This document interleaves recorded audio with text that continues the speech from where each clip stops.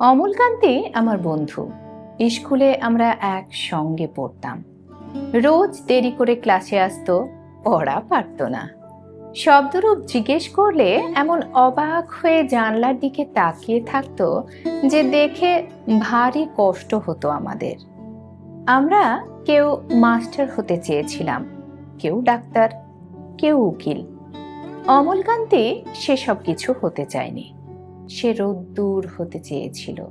ক্ষান্ত বর্ষণ, কাক ডাকা বিকেলের সেই লাজুক রোদ্দুর, জাম আর জামরুলের পাতায় জানে কি অল্প একটু হাসির মতন লেগে থাকে।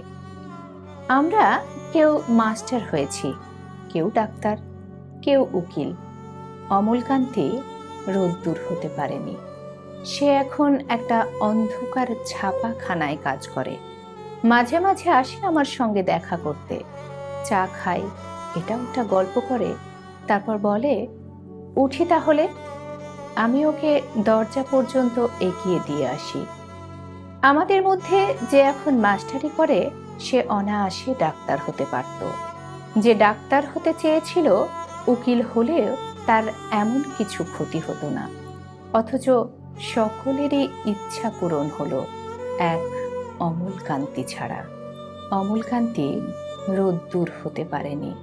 সেই অমলকান্তি রোদ্দুরের কথা ভাবতে ভাবতে ভাবতে ভাবতে যে একদিন রোদ্দুর হয়ে যেতে চেয়েছিল।